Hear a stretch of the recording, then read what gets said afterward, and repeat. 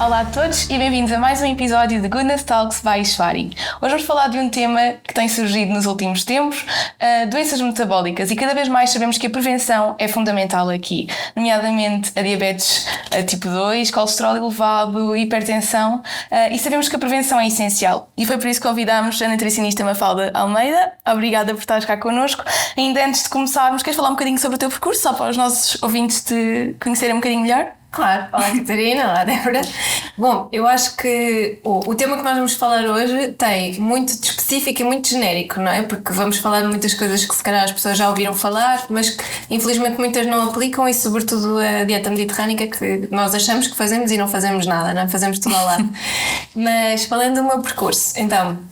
Sou nutricionista há mais de 10 anos, não vou dizer exatos os quais porque já nem sequer me lembro, mas comecei o meu percurso profissional numa empresa muito parecida com a Ishwari, também de grande retalho, e uma das funções mais giras que me deram, imaginem uma miúda acabada de sair da faculdade, era ensinar nutrição, fundamentos técnicos sobre estes produtos e como é que nós conseguimos ter essas técnicas de venda. Portanto, eu sinto que cresci muito e fui muito empurrada para um nicho de mercado que eu desconhecia de todo, dos suplementos, de alimentação vegetariana, que era algo que não se explorava na nossa altura na faculdade, e acho que hoje ainda se explora pouco, e fui muito empurrada para essa área e sinto que realmente foi muito bom, porque aprendi muito, abri muitos horizontes que complementaram aquilo que era a minha formação na faculdade.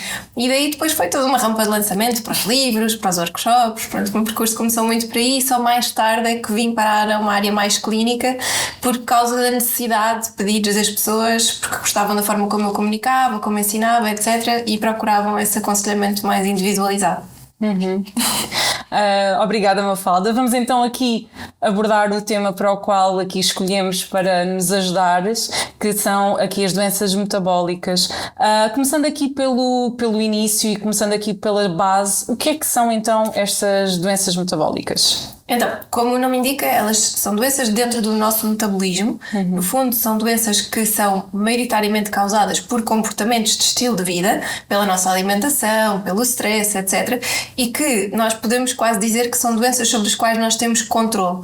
Há muitas pessoas que têm, por exemplo, com 20 anos, têm o colesterol alto e dizem: mas isto é hereditário. E muitas vezes a minha resposta é: isto é uma tendência, isto não é hereditário. O colesterol é do nosso metabolismo, dependente diretamente das nossas escolhas.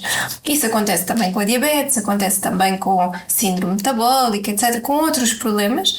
E, portanto, as doenças metabólicas têm de base esta característica, dependem muito dos nossos comportamentos, das nossas escolhas diárias, e são uma resposta do nosso metabolismo a um conjunto dessas escolhas que nós vamos fazendo. Quando é causada uma doença, geralmente é um conjunto de más escolhas que nós estamos a fazer e que gera aquela doença. Sendo que, evidente, há uma tendência genética, claro, uma predisposição maior para desenvolvermos ou não.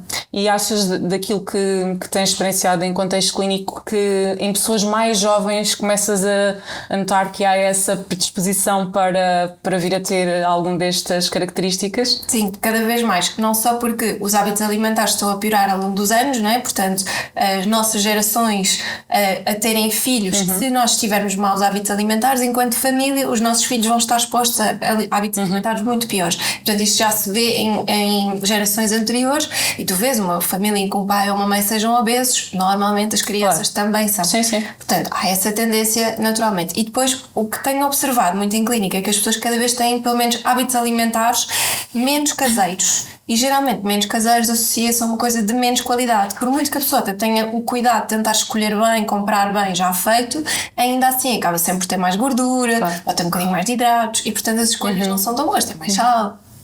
Então, além de um fator genético que está presente, poderá estar presente, não é?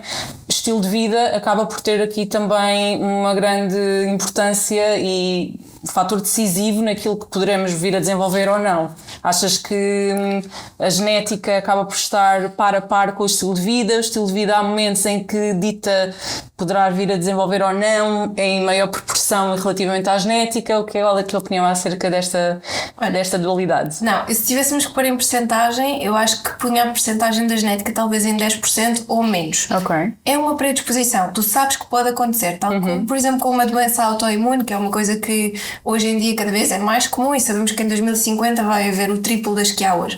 Mas o que é que nós sabemos? Que relativamente às metabólicas, tudo aquilo que tu fazes no teu dia conta muito mais do que a tendência que tens.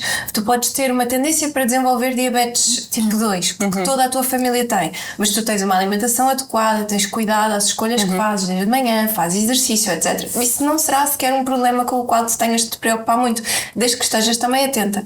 Claro. Não é? E portanto, eu acho que talvez 10% e 90% é mesmo o estilo de vida. E muitas vezes as pessoas pensam que, pronto, em contexto de clínica, e falamos e batemos muito na porta da prevenção é fundamental, efetivamente, quando a pessoa já pode ter aqui estes 10% de predisposição, a prevenção é importante, não é? Ter aqui este pilar no dia-a-dia é algo que essas pessoas têm de ter em consideração. Exato. Olha, posso dar um exemplo. Muitas vezes eu ouço uma frase nas minhas consultas, e a minha área é muito mais saúde gastrointestinal, as autoimunes, e eu ouço imensas vezes esta frase: eu comi assim durante 45 anos, 50 anos, porquê que agora que a minha barriga fica inchada? Porquê que agora que parece que eu sou intolerante aos alimentos? E eu digo, olha, porque o problema é que comeu assim durante 45 anos ou durante 50 anos. O problema não é o agora, o problema são 50 anos antes. E com as doenças metabólicas é igual. É tudo aquilo que tu fazes sistematicamente, o teu corpo levar com más escolhas, às tantas ele grita, sim. Portanto, às tantas deixa de conseguir, sei lá, desintoxicar bem, os mecanismos normais do nosso intestino, do nosso fígado, deixam de ser tão eficazes. E portanto é isso que leva... Pode não ser no imediato, não é? Mas a longo prazo acaba por ter repercussão, não é? Sim, eu costumo também dizer isso muitas vezes. Não é por acaso que a maior parte das doenças são associadas a pessoas 50 mais. Não é porque a pessoa faz 50 que está doente. O problema é que aquilo é um acumulado. Claro. E agora vês que isso não é os 50 mais, é os 40 mais. Sim. Amigos meus de 40 anos que dizem: bem, isto aos 40 parece que... Desculpa lá. O teu problema é que andaste só a fazer disparates até chegares aos 40. É verdade. Não tem muito a ver com isso. É verdade. Então, já percebemos que aqui a prevenção é a chave do negócio, mas para percebermos ainda melhor isto, e antes de passarmos a uma questão um bocadinho mais específica, o que é que acontece ao organismo antes de haver uma manifestação destas doenças? Dependendo muito do tipo de doença, mas normalmente o mecanismo que vai acontecendo é... Vamos pegar no caso da diabetes tipo 2, imagina. Porque eu acho que o colesterol as pessoas já estão mais familiarizadas de que há aquela questão da acumulação das moléculas de colesterol nas veias, e que isso vai causando aquelas plaquinhas e portanto pode causar depois a dificuldade de passagem. Mas no caso da diabetes, o que é que acontece? Quando nós vamos consumindo uma grande quantidade de hidratos de carbono, quantidade de açúcar, nem tem que ser só açúcar, não é? De hidratos de carbono, até as próprias carnes vermelhas, a gordura em excesso, essa quantidade de alimentos vai acabar por ser metabolizada, geralmente esse excesso de hidratos de carbono é metabolizada sob a forma de triglicéridos. Nós vamos criar essa reserva de gordura que vai ou para a parte do colesterol ou para a nossa massa gorda. E, portanto, nós começamos a criar uma reserva e começamos a ter uma capacidade também de resposta à insulina mais baixa. Começamos a desenvolver aquilo que se chama uma resistência à insulina. Ou seja, o nosso corpo está sempre a consumir tanta quantidade que a nossa produção de insulina deixa de ser sequer eficaz para aquela quantidade. E, portanto, começam a haver desequilíbrios tanto de hipoglicemias como de hiperglicemias, né? De nós às tantas não conseguirmos metabolizar como deve ser, de uma forma eficaz, aquilo que são os alimentos. Então, começamos a desenvolver normalmente estas resistências à produção de determinados metabolitos que precisamos para aqueles nutrientes em específico, e o nosso corpo começa a ter esses sintomas, começa a tornar-se menos eficaz. Normalmente uma diabetes tipo 2 começa com uma resistência à insulina. Pronto. Então começa com esses processos e a pessoa nota que eventualmente também vai começando a ganhar mais massa gorda, sobretudo mais gordura visceral, começa a ter mais dificuldade, por exemplo, uma pessoa que está constantemente com vontade de comer ou constantemente com vontade de comer doces ou tem uma sede excessiva. Há assim alguns sinais que depois o corpo vai despoltando, e depois dependendo do género de problemas que a pessoa também tem, não é? Por exemplo, se for uma pessoa que ganha muito peso, geralmente começa a ter mais tendência para tensão arterial mais alta e tem mais a ver com essa pressão, com esse peso a mais que o corpo tem que lidar. Portanto, os sinais de alerta começam a ser pequenas coisas que já não estão a funcionar tão bem e que nos levam, no fundo, a termos que ser um bocadinho mais conscientes. Se calhar a pensar, ok, porque é que eu estou assim? Porque é que isto... É porque uma resistência à insulina é fácil de reverter. Uma diabetes tipo 2 já não é assim tão fácil. E relativamente a esses sinais, sentes que a comunidade ignora esses sinais porque é mais fácil ignorá-los, ou de alguma forma até dá conta, mas prefere não. Sim. que eles- Olha, eu vou fazer uma analogia de uma coisa que ouvi no outro dia num podcast e que acho que é mesmo verdade, que é, hoje em dia nós temos os níveis de obesidade a disparar, sobretudo a obesidade infantil, mas depois também tens os níveis de pessoas a fazerem provas de Ironman, Ironman, a aumentar imenso. E então parece que vives em dois polos e te esqueces do meio. A maioria está no meio. Isto são dois extremos, não é? Portanto, às vezes para nós que vivemos em nichos de comunicação e que somos nutricionistas, não é? Estamos muito dentro desta área, às vezes até para mim, eu começo a ver tantas pessoas com bons hábitos que me chegam até, já têm bons hábitos, já consomem produtos das várias, já fazem boas escolhas. E de repente eu esqueço-me que isto não é a maioria, não é? Sim. Então, às vezes é difícil de conseguir fazer essa analogia saindo da nossa bolha. Efetivamente, a maior parte das pessoas ignoram os sinais e por isso é que depois, de repente, eu tenho pessoas a dizerem que têm urgência na consulta de nutrição. Desculpe lá, mas eu nunca ouvi falar de uma coisa desse estilo. Não existe. A pessoa não partiu uma perna. Não. Quer dizer, e isso acontece porquê? Porque a pessoa ignora e às tantas o nível de mal-estar é tanto que a pessoa já não consegue viver naquele Tem de ser para ontem. Sim, eu preciso já de uma solução. E eu recebo muitas pessoas assim. E às vezes eu penso, calma, se não tivesse ignorado os sinais, Claro. não é? Se a pessoa às vezes quando pergunta está há 5 anos sei lá, com a barriga inchada, por exemplo.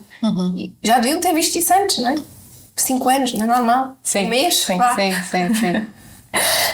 E o excesso de peso é sempre o principal fator de risco ou não? Não, é um deles. Há outros, eu acho que é mais perigoso quando a pessoa não tem excesso de peso e que são aquelas pessoas que dizem que podem comer tudo e nada lhes faz mal, ou que fumam imenso e que têm uns pulmões ótimos e fazem as análises a está tudo bem, ou pessoas que têm maus hábitos alimentares e que depois dizem isso, eu não estou gordo e as minhas análises, ou pessoas com obesidade mas que depois veem as análises estão ótimas, o colesterol está ótimo.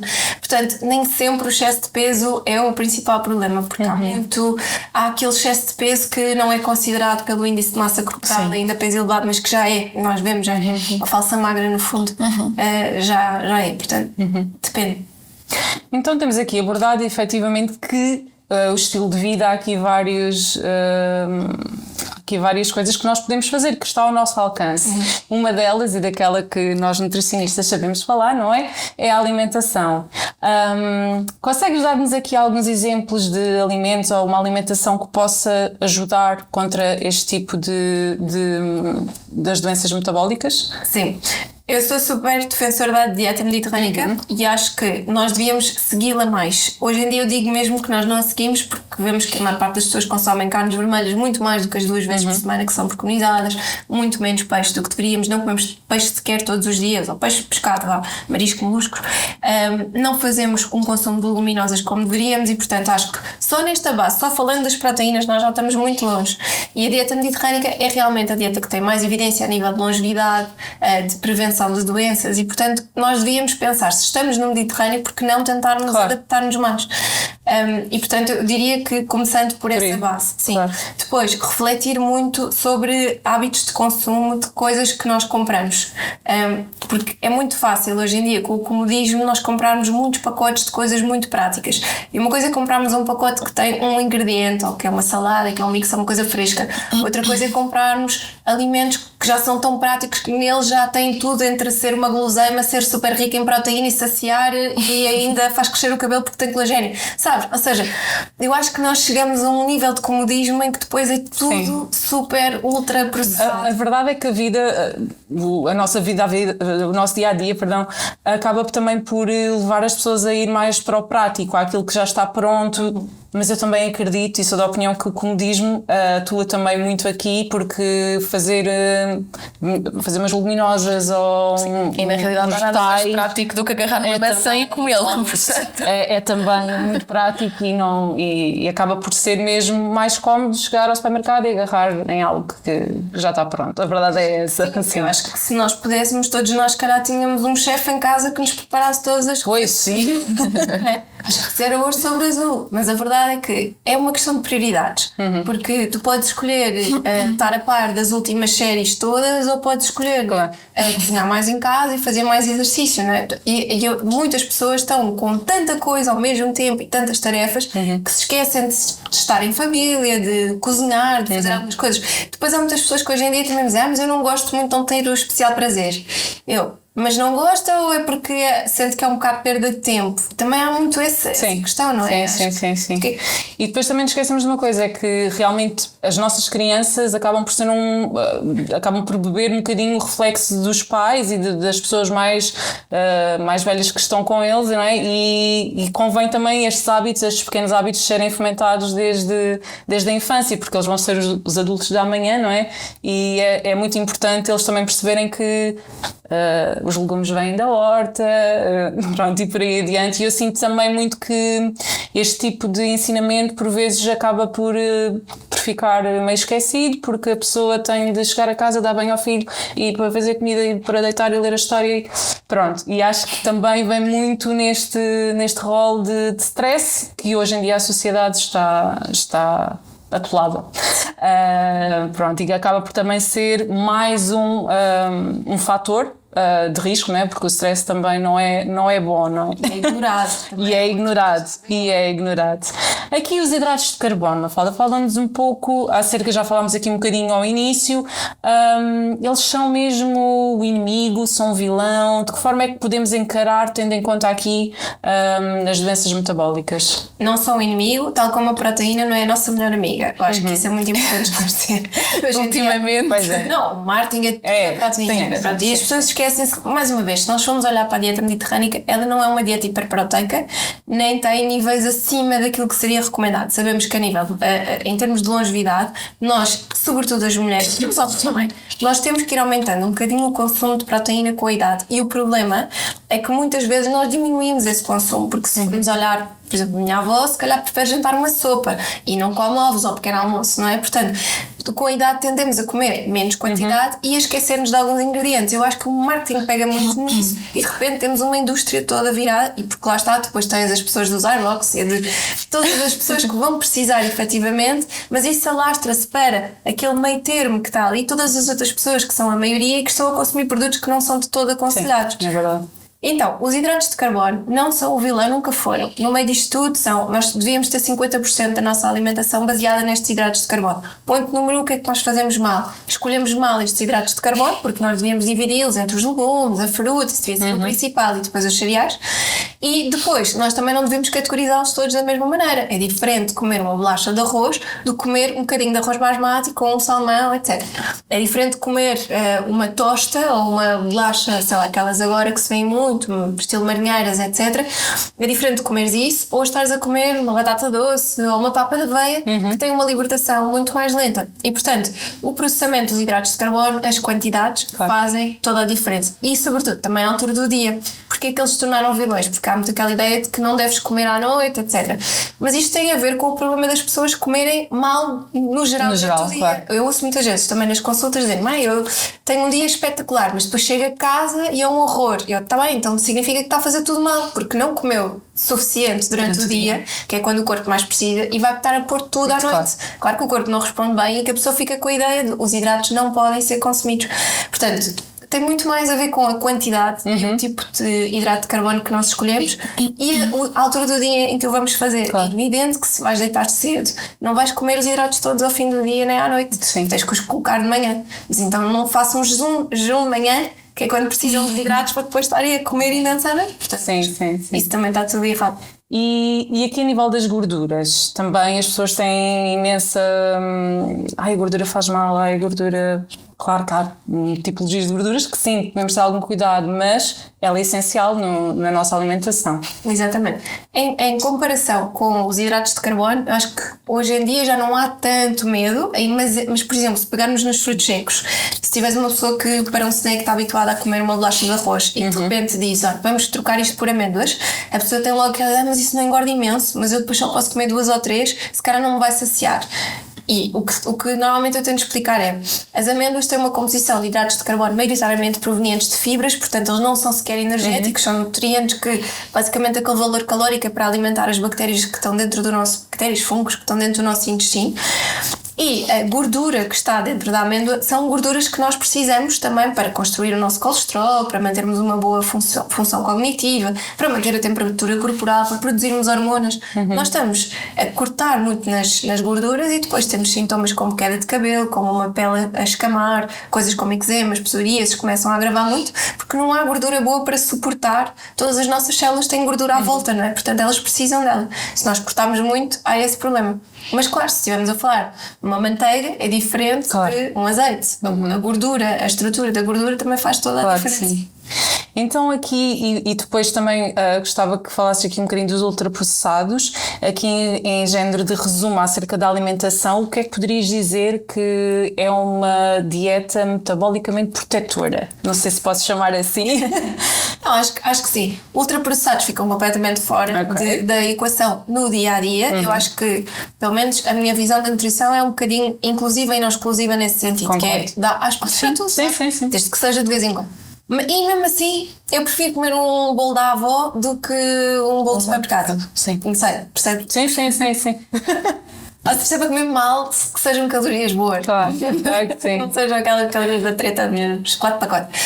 Mas pronto, metabolicamente interessante em termos de alimentação. Eu acho que começarmos o dia com um pequeno almoço mais denso, um pão com manteiga e uma meia de leite não é um pequeno almoço nutricionalmente denso. E isso as pessoas têm que começar a mudar um bocadinho esse paradigma. Se calhar sim, temos que colocar mais quantidade de fibra. Se for um pão branco não tem fibra nenhuma, portanto devemos colocar, ou colocamos legumes, podes pôr humus de repente no pão e já fica completamente diferente. Podes pôr uns ovos, já trazes o elemento da proteína e trocas um pão por um pão mais escuro, ou umas papas de almeida. Portanto, começar com um pequeno almoço que seja mais rico e não termos medo de colocar calorias no pequeno almoço, porque o nosso metabolismo efetivamente é mais rápido da manhã. Depois, termos pratos que sejam equilibrados também, que tenham boas fontes de proteína, animal ou vegetal, que tenham metade do prato com legumes. E isto é uma coisa que eu também vejo que muitas vezes as pessoas não fazem. É 200 gramas de legumes no prato, cozinhados ou crus, ou como a pessoa preferir, é mais de metade, ocupa muito espaço. E, portanto, aquilo que a maior parte das pessoas fazem é colocar essa metade em hidratos de carbono. Se fizermos essa troca, de repente o valor calórico pode reduzir para metade.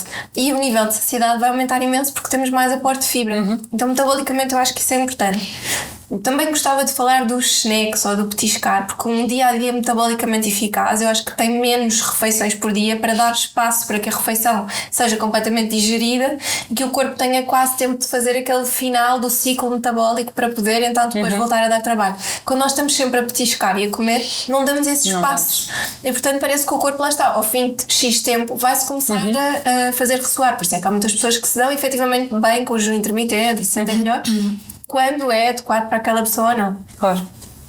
Muito bem, já percebemos aqui que as doenças metabólicas muito têm a ver com o estilo de vida, mas nós também sabemos, e apesar de sermos nutricionistas e de sermos mega a favor da alimentação e de uma alimentação saudável, sabemos também que o metabolismo não depende só da alimentação e de muitos outros fatores que, se estiverem desajustados, é o suficiente para haver aqui um desequilíbrio. E portanto a minha próxima pergunta é qual é o papel do exercício físico na prevenção destas doenças metabólicas? Olha, eu acho que está equiparada à alimentação, não tem um peso tão grande, mas tem, apesar de tudo, tem um peso muito grande. Hoje em dia vemos associação de exercício físico até na prevenção de osteoporose, por exemplo, a construção de massa muscular super importante para a prevenção. Portanto, o exercício cabe em vários papéis a nível de prevenção de doenças metabólicas, por exemplo, a nível de colesterol. Muitas vezes, as pessoas que têm colesterol alto, eu peço para as pessoas tornarem fisicamente ativas e não necessariamente para mudarem a alimentação, porque depende só o facto de serem fisicamente mais ativas, e pode ser darem 10 mil passos por dia, não tem que ser irem cumprir aquela hora no ginásio, no pilates. Claro. E portanto, acho que o exercício efetivamente tem um papel fundamental nessa base. Depois, é óbvio que depende do objetivo e do tipo de doença que tem. Há muitas pessoas que têm a noção de que a sensação de que o cardio é mais importante quando tem uma doença metabólica, como uma obesidade, por exemplo, ou quando tem hipertensão, etc., que tem que fazer mais cardio porque é o coração que está a precisar mais.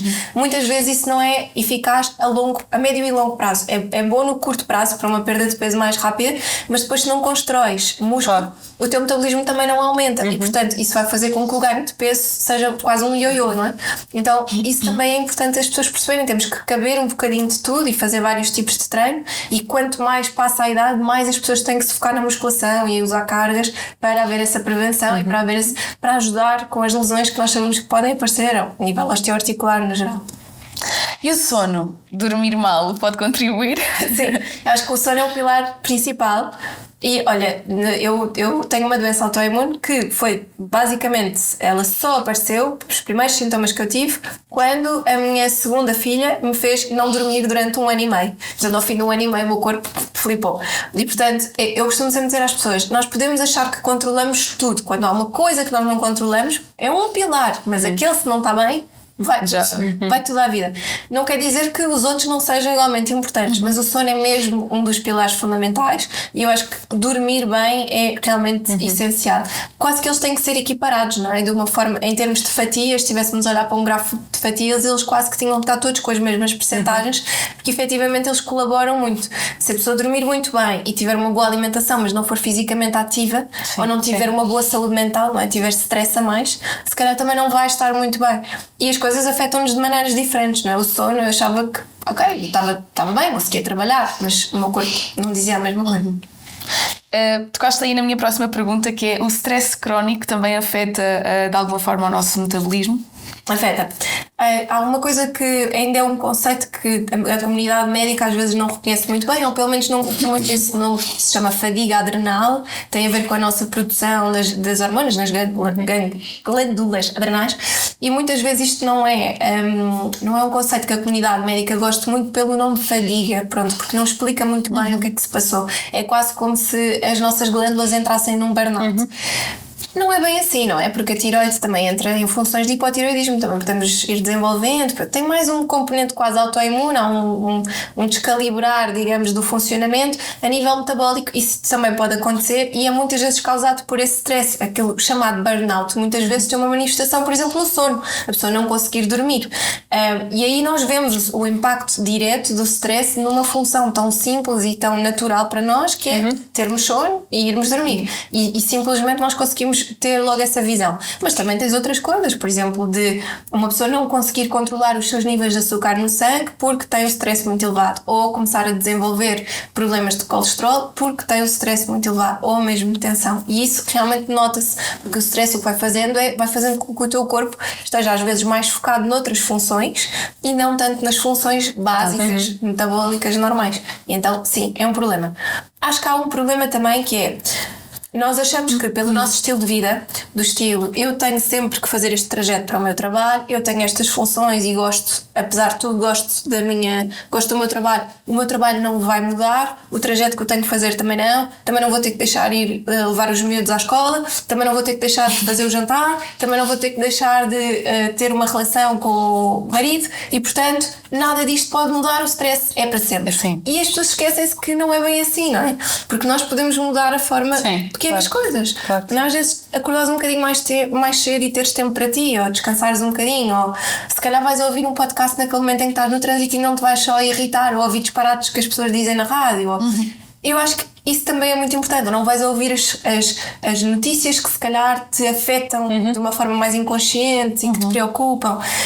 Há muitas coisas pequenas que nós podemos mudar para que esse stress vá diminuindo, mesmo sabendo que a nossa rotina não vai mudar. Sim. Não é? E portanto, eu acho que quando quem nos ouve falar de stress crónico faz mal e faz doenças, também é preciso que a pessoa tenha essa perspectiva de pensar: ok, não é para mudar a vida, não é para de repente ir para um retiro budista e não ter stress. Eu se calhar tinha stress num retiro budista, não é? Da falta de coisas para fazer. Mas quer dizer, acho que nós temos que ter um papel mais ativo, e quando temos que ter um papel mais ativo, e a prevenção não é ficarmos à espera que o médico nos diga o que é que temos que fazer. Sim. Não é? Vamos lá uma vez por ano, há medicina no trabalho, e se o médico só está habituado a pedir aquilo e nós não dissermos outras coisas, ou não perguntarmos: olha, pode-me passar, também gostava de ver isto ou aquilo, se nós não tivermos assim mais consciente das pequenas coisas do que propriamente. Sim, nada vai mudar. Claro que isto é um trabalho, porque tu tens que ter. Há pessoas que às vezes me dizem: mas eu para isso tenho que saber o que é que eu tenho que perguntar, ou o que é que eu tenho que pedir.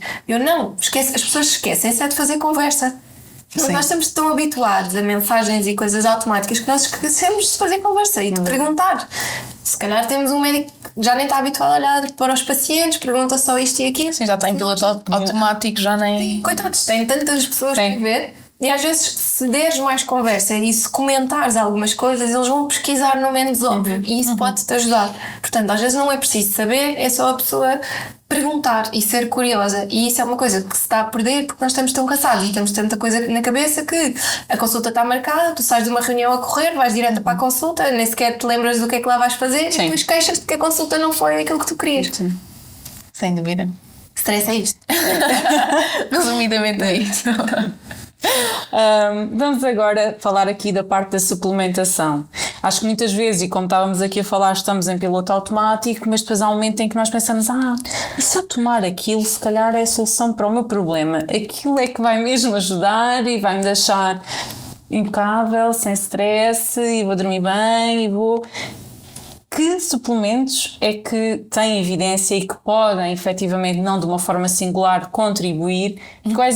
Como é que conseguimos aqui também, junto do consumidor que nos está a ouvir e do público que nos está a ouvir, desmistificar aqui um bocadinho esta questão? É claro que isoladamente um suplemento não vai fazer milagres, não é? Sim. Não, mas isso é a primeira coisa que temos que explicar e o Dr. ChatGPT também faz muitas prescrições e se tu perguntares... Sim, senhora. Aliás, eu tenho muitas pessoas que vêm ter comigo em consulta, partilham comigo que perguntaram ao ChatGPT primeiro o que é que haviam de suplementar, ou às vezes dizem, e estou a suplementar várias coisas, e eu pergunto porquê, e dizem que foi uma sugestão do ChatGPT. E, ok, está tudo certo, eu acho que nós, lá está, ao sermos ativos e curiosos e queremos perguntar, isso é uma pergunta que faz sentido fazer e eu faria o mesmo. Agora, eu acho que nós também temos que ser críticos. Se nós não formos fisicamente ativos e se também não estamos a fazer nada para regular melhor o nosso nível de stress e se também não estamos a comer bem, eu não vou começar com os suplementos que estão no topo da pirâmide, não é? Eu tenho que começar por baixo. Há muitos suplementos que têm evidência. O meu preferido é a vitamina D, sem dúvida. Acho que vitamina D é bom para tudo, não faz mal a nada, portanto pode-se tomar. Magnésio também é desses, é um bom amigo. E a curcuma, de uma forma geral, também é daqueles. Curcuma, spirulina, clorela, são normalmente suplementos seguros e que se podem ir tomando, exceto algumas exceções, taxas grávidas, amamentar, etc. Mas são coisas que nós podemos ir realmente utilizando. Agora, por exemplo, o 5-HTP, que é um suplemento que muitas vezes as pessoas gostam e que ouvem falar para efeitos de stress, etc.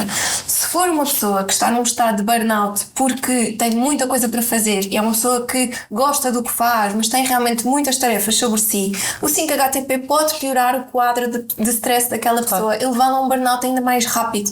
Se for uma pessoa que está mais com um quadro depressivo, está com burnout por outras situações, se calhar pode ajudar. E, portanto, às vezes, perceber bem o que é que nós estamos a fazer e a aplicabilidade é muito importante. Mas há muitos suplementos com evidência.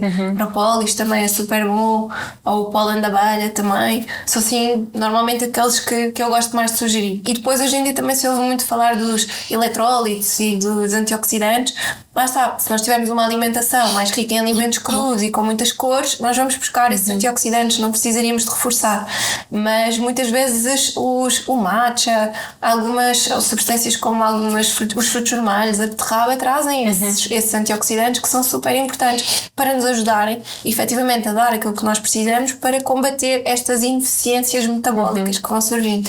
E sentes, no teu contexto clínico, sentes que as pessoas, isto é uma primeira abordagem, ou seja, quando a pessoa sente que o corpo começa a dar sinais, é logo a primeira coisa que as pessoas fazem, procurar suplementação, mesmo antes de procurar a ajuda de um profissional, não é? Sim, porque é um rápido. Exatamente.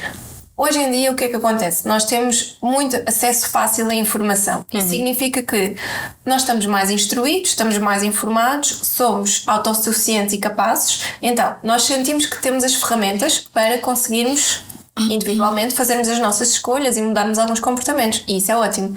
Só que a vida coloca-se, o stress também, as rotinas também, nada muda. Nós não somos retirados daquela bolha com alguém que nos diga exatamente o que é que tem que fazer. Então, muitas vezes, quando tentamos fazer isso, o mais fácil é, ok, toma isto durante X tempo, desta maneira, ficas bem.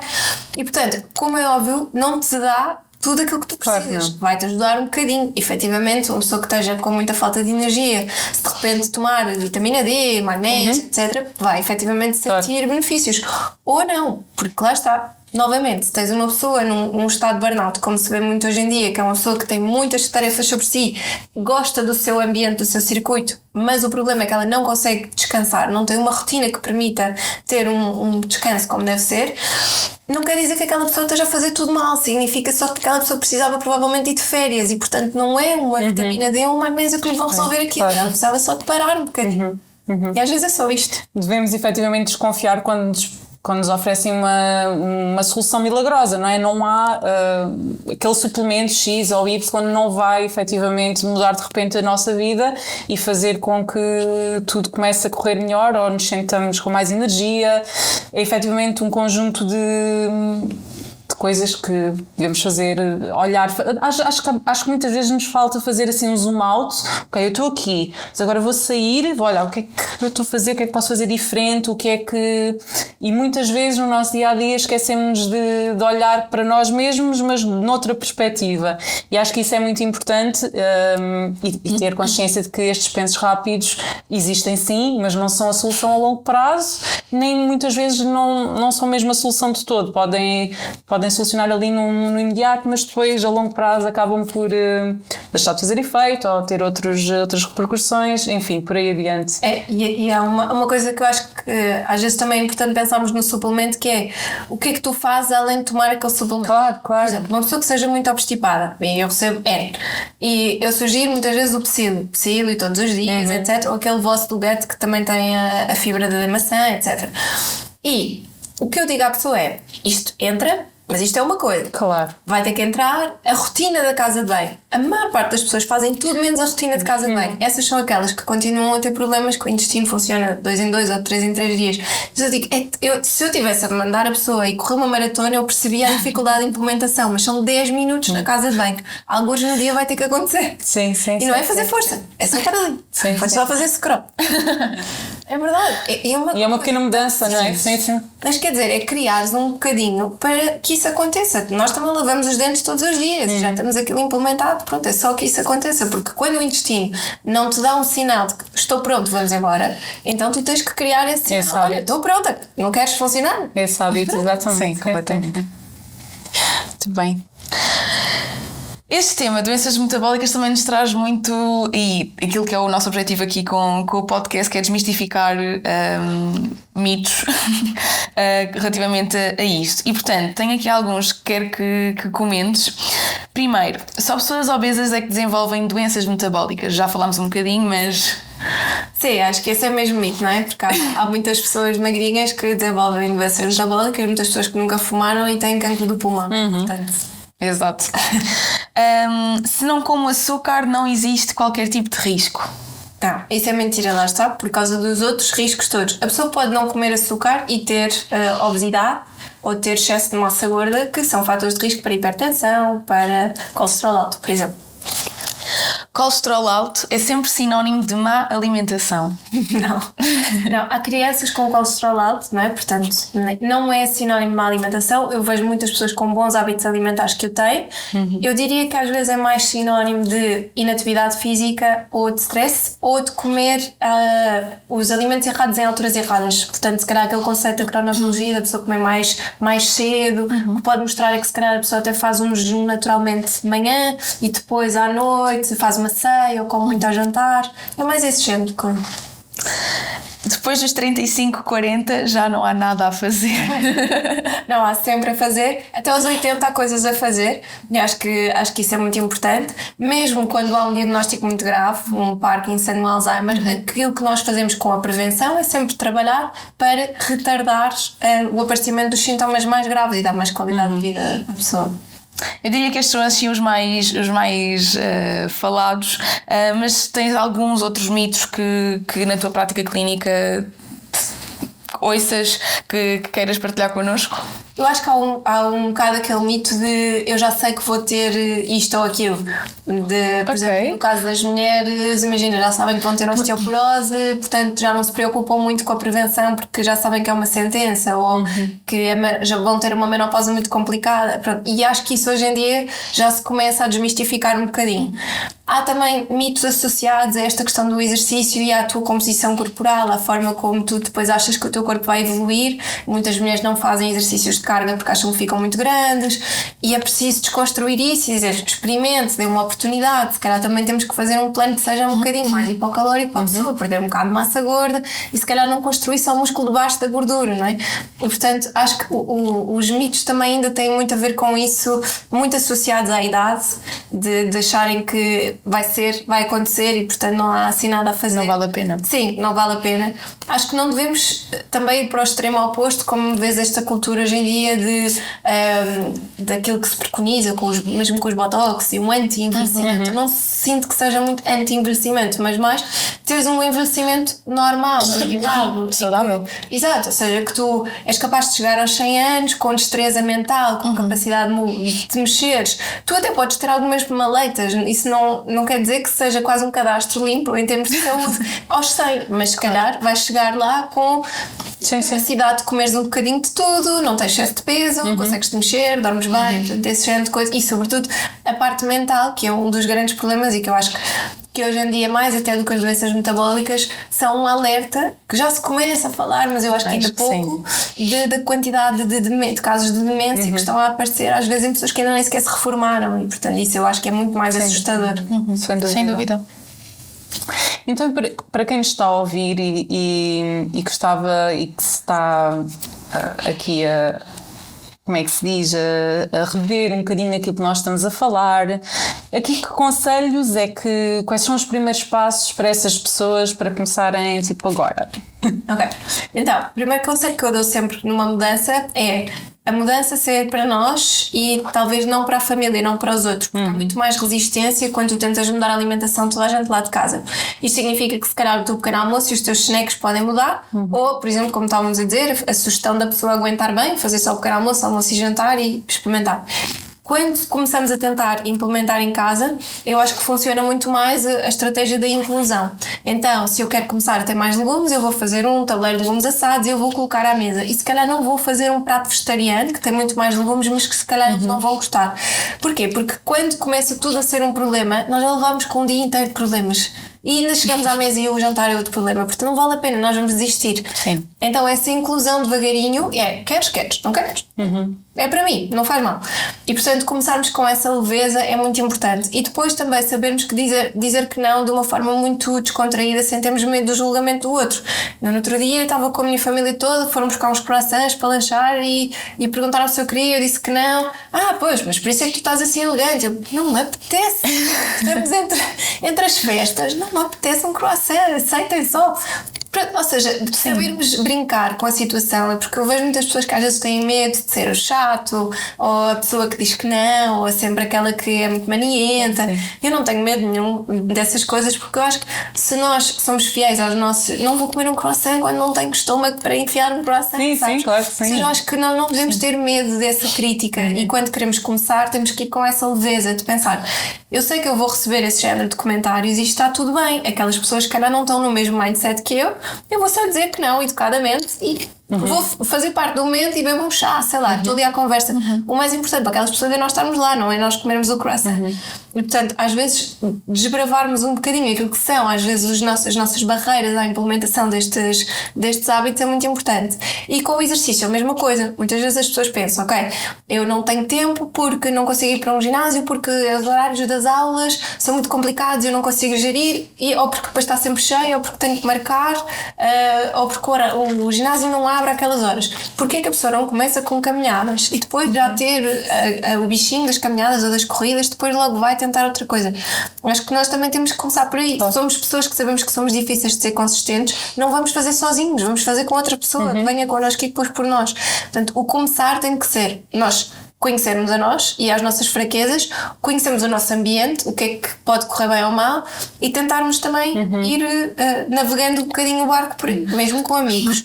Todos querem marcar um jantar, a pessoa está a tentar fazer um bocadinho escolhas mais equilibradas e querem marcar num sushi ou no italiano. Sempre, mas porquê é que não vão para um restaurante português? Há sempre um peixe grelhado, há sempre uma carne assada. É fácil. E portanto, se nós dermos essa sugestão, olhem, eu quero ir a este restaurante, podemos ir? está tudo bem, não vamos ser a chata nem a pessoa que está a impor, vamos só dar uma sugestão mais consistente. Exato. Eu acho que quem começa tem que começar sempre com esta base, que é fazer um plano e perceber o que é que pode correr bem ou mal e estar preparado para isso. A verdade é que normalmente também pode acontecer, normalmente não, mas pode acontecer a pessoa ir para o outro extremo, ou seja, entrar aqui numa parte muito obsessiva e muito restritiva e depois aquilo que deveria ser algo para ser implementado a longo prazo acaba por ter uma duração muito curta, não é?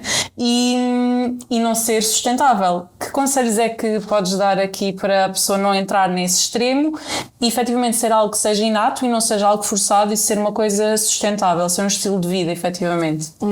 Eu costumo sempre brincar a dizer, se uma licenciatura demora 3 ou 4 anos, uma dieta não demora um mês. E portanto, nós temos que perceber que as coisas levam um tempo. Um filho demora 9 meses a fazer, não demora um mês. Portanto, nós temos que nos lembrar que o tempo é chave para as coisas ficarem bem feitas. E quando um bebê nasce antes do tempo, geralmente há problemas. Então, às vezes nós também temos que nos lembrar disso. Quando nós tentamos fazer uma dieta, muitas vezes isso vem da pessoa sentir-se muito mal, estar muito mal e pensar, eu preciso mudar. E ao querer mudar, a pessoa quer mudar tudo ao mesmo tempo. Sim. Não é? Claro que isso é complicado, porque depois dás por ti a comer só saladas, comidas muito light, depois dás por ti a precisar do chocolate porque ficaste com aquela vontade de comer qualquer coisa, porque a comida não tinha textura, sabor, e portanto esse extremo nunca é um bom ponto. Acho que quando a pessoa está nesse campo, mais uma vez tem que se sentar e pensar, ok, se eu perdesse 1 kg por mês, durante um ano eu perdia 12 kg. 12 kg faz-me diferença? Faz. Ok, então eu vou contar para 1 kg por mês. Se eu perder mais do que isso, ótimo. Eu quero perder mais rápido porque eu vou de férias. Está bem, ok, então vá, acrescentar 2 kg por mês. Mas é um bocadinho a pessoa ser razoável nisso. Realista, não é? Realista, razoável, porque não é só perder peso para o fato de banho e depois daqui a um ano estar na mesma situação. Mas o problema é que eu acho que isso não é só transponível às dietas. Isso também acontece, por exemplo, eu revejo muito numa perspectiva dessas com a questão do trabalho, a forma como tu geres o stress, que é pensas, ok, isto tem que mudar, eu tenho que fazer as coisas de uma forma diferente porque é demasiado, eu chego ao fim do ano sempre exausta. O meu marido no outro dia dizia-me isso, tu todos os fins do ano vens com essa conversa, portanto não venhas com essa conversa outra vez. É verdade, ou seja, com as dietas acontece a mesma coisa, isto tem a ver com a nossa cabeça. Sim, sim. É difícil nós pensarmos no longo prazo, é difícil nós pensarmos na consistência, por isso é que eu, quando falo em pequenas mudanças, digo sempre, vamos começar por aqui, porque de repente, se fazes umas papas de aveia, nunca fizeste papas de aveia, fazes as papas de aveia uma vez, e a família até gosta, de repente eles também estão a comer e portanto já começa a ser um hábito de todos, não é? Então tem que ser assim, devagarinho e sem imposição. Eu sinto que, pelo menos, lá está a minha experiência também, é muito mais fácil sem imposição irmos de vez em quando cozinhando coisas diferentes que as pessoas até provam, até começam a pensar, batata doce até é bom, nunca tinha pensado, ok, vamos experimentar, a próxima vez podes fazer com batata doce, e a pessoa vai se envolvendo mais no processo. Eu digo isto com cônjuges, não é? Maridos, mulheres, etc., em que muitas vezes isto acontece, e com os filhos também. Claro que filhos mais crescidos que não estão habituados a isso é mais difícil, mas eu também tenho 2 filhas pequeninas que se vêem qualquer coisa ver, dizem logo que não querem. Não é por ser nutricionista que isto é perfeito, são crianças. Portanto, eu acho que o que tem que acontecer é um esforço para cozinhares de uma forma diferente, fazes uma bolonhesa que tem lá berinjela e tomate, cenoura e eles nem sabem. Sim. Inconscientemente vai se tornar um hábito. Exatamente. E se não há determinadas coisas, não há bolachas em casa, eles não estão habituados a chegar a casa e pedir bolachas. Portanto, quando retiras, também não é uma chatice. Não te vem dizer refilar que não há bolachas. Portanto, há em casa dos avós e eles... Eu gosto que isso seja uma memória boa, porque eu lembro-me também, quando era miúda, de a casa dos avós era aquela casa onde havia tudo, pedia-se tudo. Portanto, acho que isso é giro quando as crianças constroem aquelas memórias a casa dos pais é militar e a casa dos avós. Isso é giro, acho que faz parte de ser criança. Portanto, acho que também não temos que ter medo e lá está, e mais uma vez ir para o extremo oposto, que tenho muitas amigas que são açúcar até aos 3 anos. Não concordo com nada disso. Respeito, claro, como é óbvio, mas não concordo. Porque não acho que isso seja construtivo de uma relação tranquila e saudável. Uma mesa cheia e tu escolhes comer porque te apetece ou não. Acho que isso não fomenta essa relação. Sim. Por acaso nós aqui recebemos muito também apoio ao cliente e normalmente quando temos muitas pessoas muitas mulheres no caso, quando engravidam é o momento em que querem mudar tudo, por exemplo, porque há ali vem uma luz divina que agora é que eu tenho que cuidar, então é tudo ao mesmo tempo e o que é que eu posso incluir? Quando na realidade é uma altura em que não se deve incluir assim grande coisa diferente se já não era um hábito anteriormente adquirido, porque neste momento vamos estar mais tranquilos a fazer mais ou menos as mesmas coisas. Estou a dizer a nível aqui de alimentos funcionais, não é nessa altura que de repente vem uma consciência que ok, claro que sim, estamos a gerar uma vida, está tudo certo nisso, mas é aqui de repente as pessoas pensam que pronto, é nesta altura que eu vou conseguir mudar e vai ser... Querem fazer o melhor para o bebê. Claro que sim, e eu consigo perceber isso, claro que sim, mas... a introdução alimentar também. Claro. Mas claro eu acho que é mais uma imposição, tendo passado por esse processo 2 vezes, aquilo que eu sinto, eu lembro-me que na primeira gravidez eu ainda ponderei utilizar fraldas descartáveis, uma questão de sustentabilidade.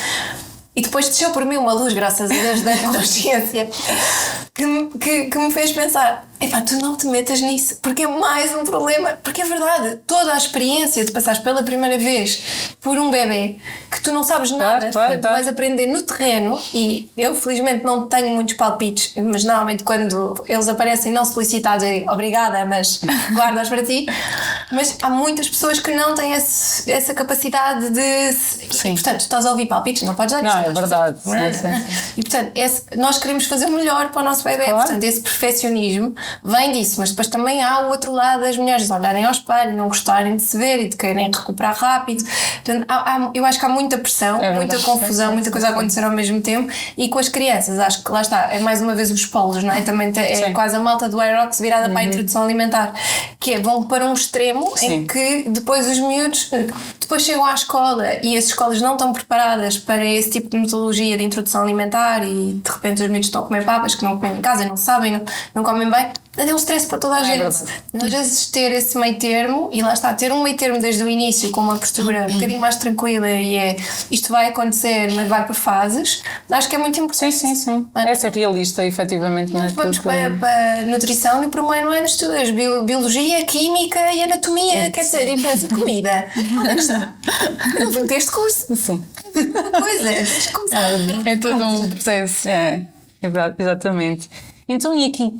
Deixar um conselho para quem nos está a ouvir e que se está a rever aqui um bocadinho. Efetivamente, a minha mãe tem aqui hipertensão, o meu pai tem um colesterol alto, se calhar tenho aqui uma propensão para vir a desenvolver algum tipo de doença metabólica. Que conselho é que podes dar a essa pessoa que nos está a ouvir e que se está a rever aqui um bocadinho na nossa conversa?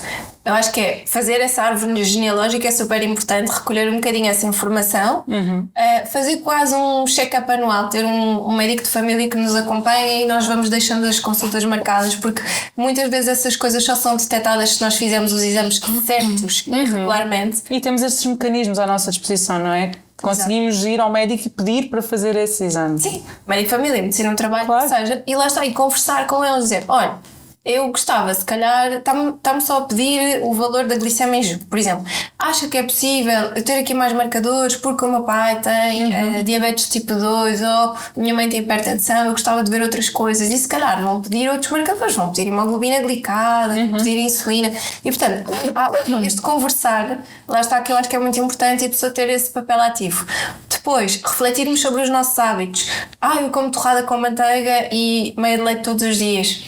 Se calhar está na altura de mudar. Em vez de tomar um suplemento, vou tentar mudar um bocadinho o pequeno almoço. Portanto, fazer um bocadinho essa reflexão é importante. E a questão dos legumes também.